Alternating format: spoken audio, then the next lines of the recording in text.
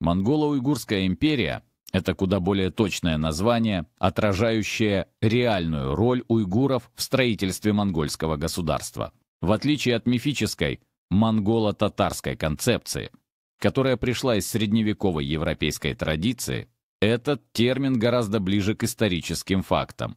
Почему монголо-уйгурская империя, точнее, первое?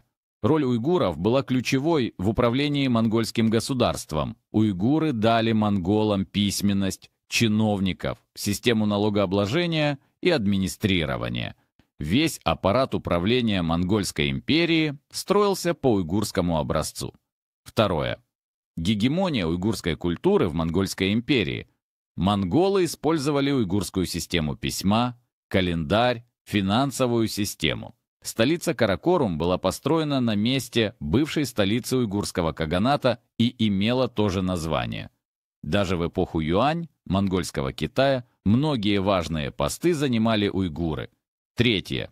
Татары как политическая сила были уничтожены. Чингисхан разгромил татаров еще на этапе объединения монгольских племен, конец XII века.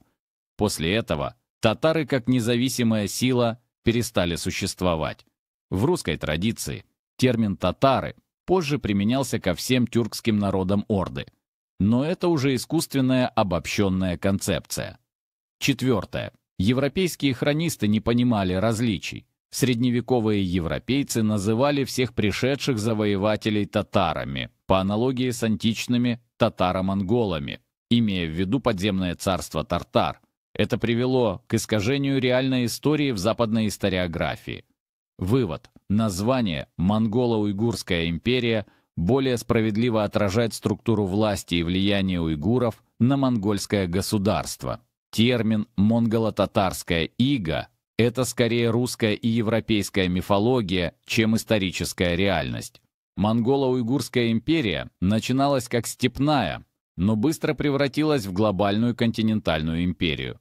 Как она эволюционировала? Первое. Ранняя фаза, до 1210-х годов, классическая степная держава. Чингисхан объединяет монгольские и тюркские племена, используя традиционные кочевые методы войны и управления. Политическая структура основана на степной иерархии – хан, найоны, тумены. Уйгуры уже на этом этапе влияют на систему управления, но империя все еще остается кочевой. Второе. Средняя фаза – XII по XVI века. Превращение в континентальную империю, завоевание Китая, Западная Ся-Цзинь, Персии, Средней Азии.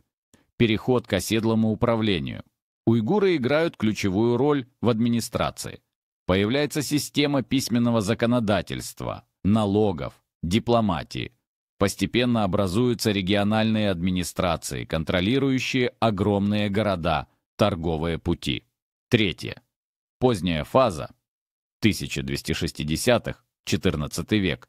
Империя мирового масштаба. После гражданской войны Кублай против Арик-Буги империя окончательно переходит к управлению оседлыми территориями. В Китае образуется династия Юань, полностью оседлое государство. Улус-Джучи, Золотая Орда, также управляет оседлыми народами Руси и Хорезма. Торговая, бюрократическая и административная системы становятся сложнее, что делает империю уже не степной, а глобальной. Почему это важно? В отличие от других степных империй, гуннов, тюрков, монголо-уйгурская империя не распалась быстро. Она интегрировала великие оседлые цивилизации. Степь перестала быть сердцем империи. Ключевые центры власти переместились в Пекин, Каракорум, Кашгар. Уйгурская модель государственного управления сделала империю устойчивой, а не просто военным завоеванием. Вывод. Монголо-Уйгурская империя – это не степная, а глобальная империя, которая впервые в истории объединила Восток и Запад на единой экономической и административной основе.